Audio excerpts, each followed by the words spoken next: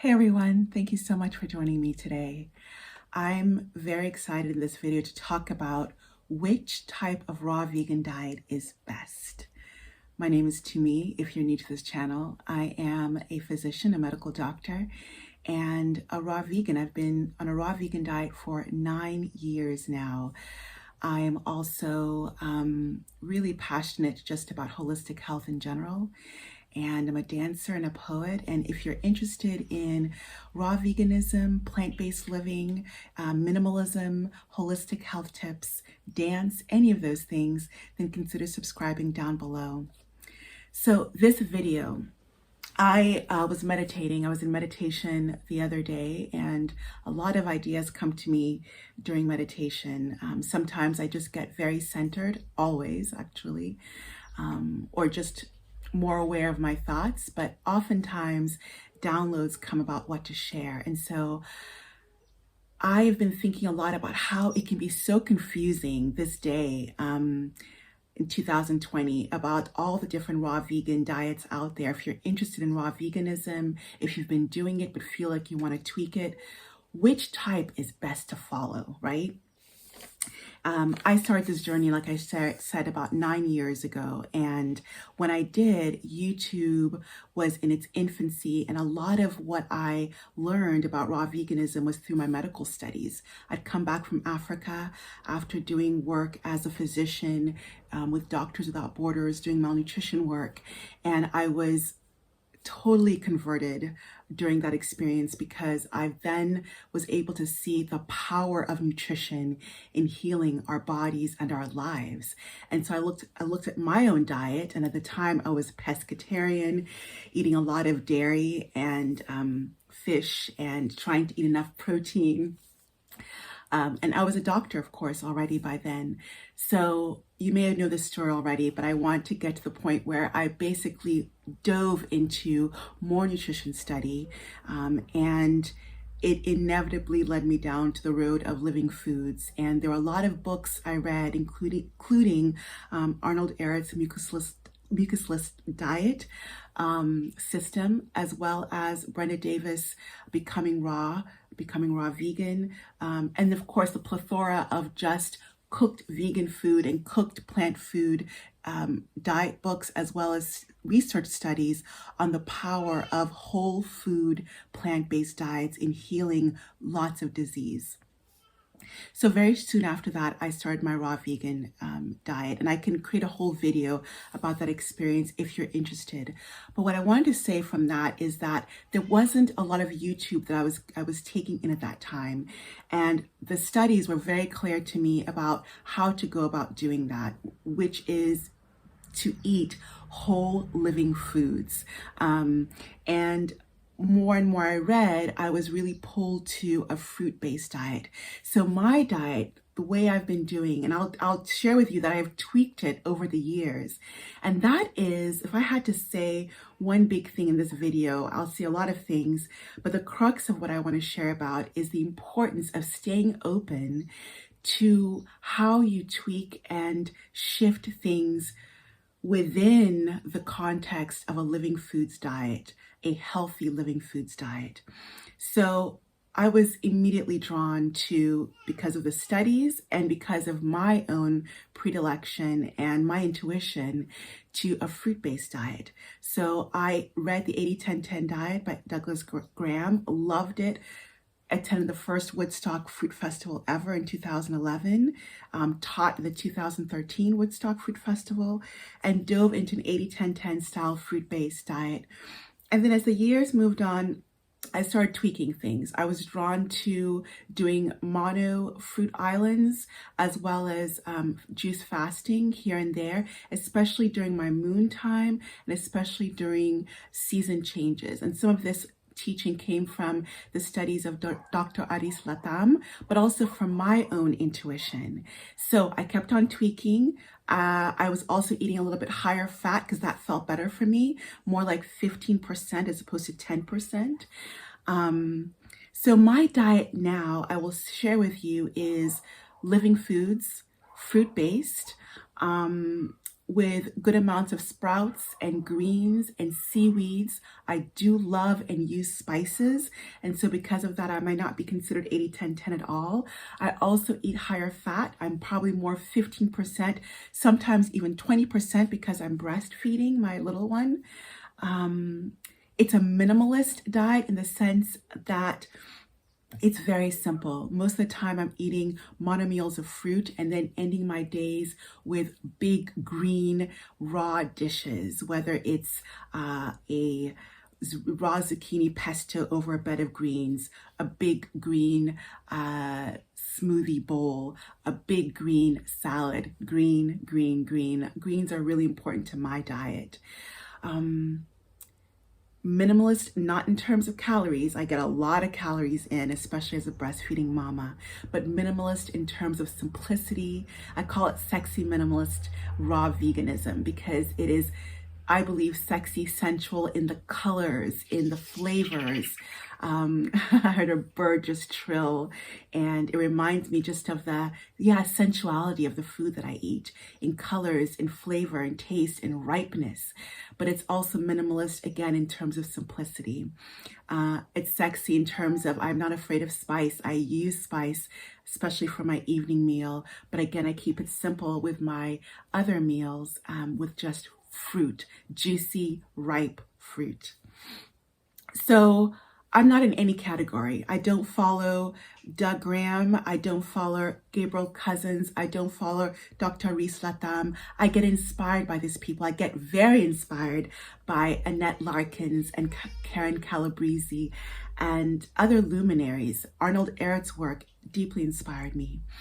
I'm sorry if I'm all over the place. I'm just speaking as it's coming to me. But I do have notes to make sure I say a few salient points. But my point is, I invite you to get inspired rather than following in people's paths. Some of the greatest luminaries in this realm of raw veganism are following their own path. And that is, I believe, why they're such luminaries, because they didn't follow anybody else. They got inspired and then they created what worked for them. Depending on where you are in your journey, your spiritual, emotional, physical health journey, depending where you are on the globe, tropics, subtropics, near the North Pole or colder climates, depending where you are in terms of just where you've been in life. Some things will work better than others. And so I really believe in meeting yourself where you are, honoring yourself where you are, and staying open in your path. That has served me really well. And that's why I believe I have been successful and felt vibrant 9 years, into this journey. And the journey keeps opening and opening and opening up ways for me. I do want to say that despite all the tweaking and strategizing and changing and shifting, one thing I also do is something that came very naturally to me was intermittent fasting. I put that in quotations because it doesn't feel like intermittent fasting to me. It wasn't something that I did logically. It was something that came organically to me. I have a whole video on that you can check out, and I'll leave a link to that either at the end of this video and or down in the description box below. Most of the time, I don't break my fast till 1 or 1:30, and I usually stop eating around 6, although with breastfeeding, that often goes out the window. But this has felt natural to me for years.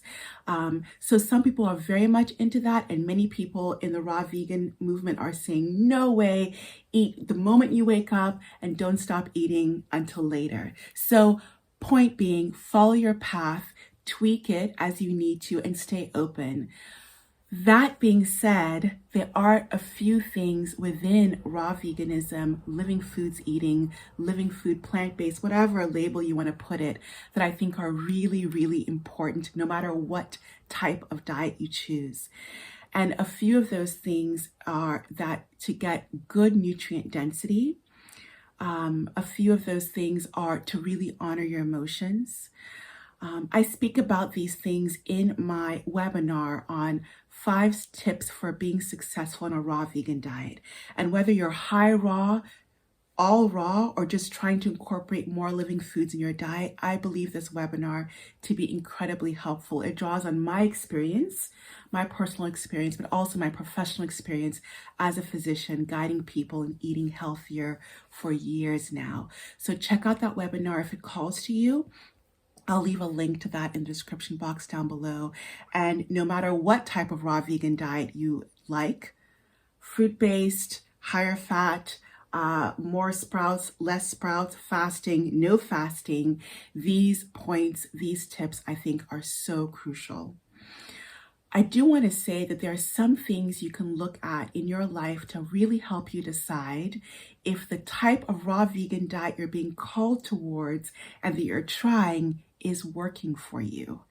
It's one thing to say, oh, I'm really called to eating a high fat, low fruit diet or high vegetable, low fruit, low fat diet, but it's not working for you. So it's really important to keep on checking, is this working for me? How do you know it's working for you? Here's what I've seen on myself and with my patients.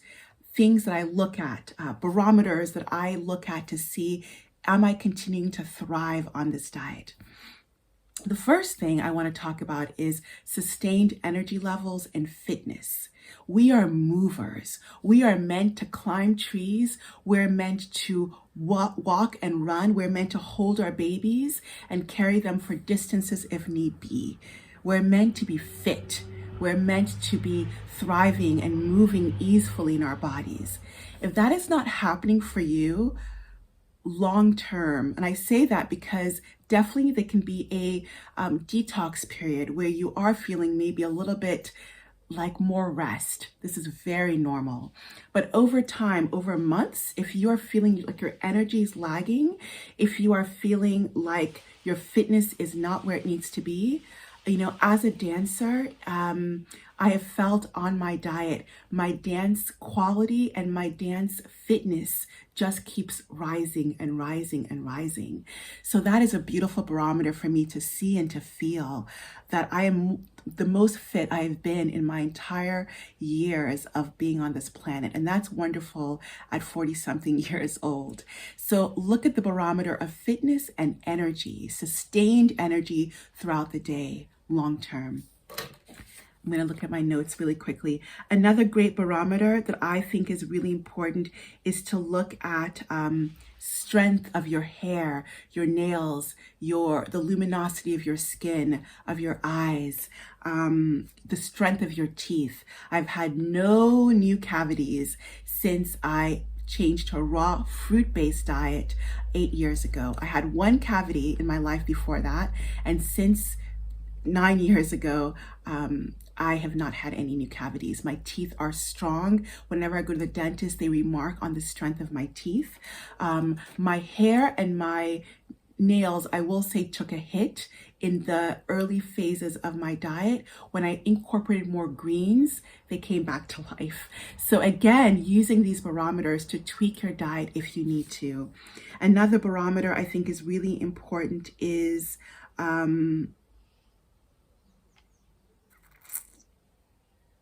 pregnancy. If this pertains to you, it may not pertain to you, but if you happen to be a woman who goes through pregnancy and or childbirth, it's a beautiful barometer.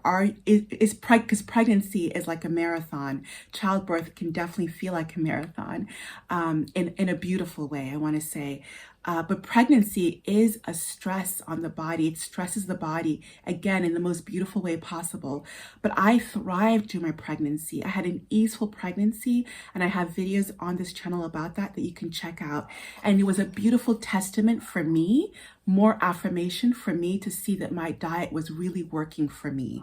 I had a 3-day gorgeous, transformative, orgasmic birthing experience. And again, I attribute a big part of that to the health and vibrancy of my diet, to my diet working for me. So these can be beautiful ways, barometers, if it pertains to you, to check out if your diet is working for you, if your living foods, vegan, raw diet is working for you. And last but certainly not least, and I am biased because I'm a physician, get tested. If you're in doubt and it calls to you and if it resonates, get tested. Look at your B12 levels, look at your MMA levels, look at your CBC, your thyroid, your CMP, or comprehensive metabolic panel. Look at your fasting glucose and hemoglobin A1C. Those two last levels I want to talk about for a moment, because a lot of times on a raw vegan diet, especially if you're doing a lot of fruit, there can be the fear that you might become pre-diabetic or you're eating too much sugar. Checking your hemoglobin A1C and your fasting sugar level can help to put that fear to rest. Or you might see, wow, there is a problem here, and you might need to tweak that. I will say that usually the problem is not fruit, it's fruit and fat together and too many levels, too high levels of both. So tweaking your diet if you need to is great. And your blood tests, your urine tests, looking at zinc. There are many things you can look at, but work with a holistic physician, a holistic health practitioner to decide what to test and get tested to give you an idea, especially if you don't feel well, on how to change, tweak, adjust your raw vegan diet if need be. So those are just a few barometers that I have found to be helpful in my life, as well as in the lives of the people I am honored to work with as a physician.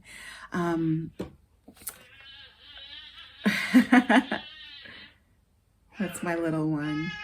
I want to end with one other barometer, and that is going within, your intuition. You know, I made a video very recently about the spiritual benefits of raw veganism, and one of them is definitely heightened, honed intuition. Keep going within to check with yourself. Does this still speak to me? Does this diet, the way I'm doing it, does it speak to me? And if not, what do I need to tweak? Don't always look, it's just a suggestion, don't always look to the outside, to the luminaries, to the gurus on this path to tell you what to do with your diet. Keep going within and asking myself, does this feel right? Ask yourself, what do I need to change, if anything? And then get quiet and listen to that still small voice within. The answers, the best answers, are right there. I hope something that I shared in this video has been of resonance with you. If you enjoyed the video, please give it a like. It really helps the channel's growth and for it to reach more people. Subscribe if you are not yet, and click the notifications bell whether or not you have subscribed to make sure you get notice about new videos I put out. Share the video with anyone you think might benefit, and I send you love wherever you are in the globe. Take care.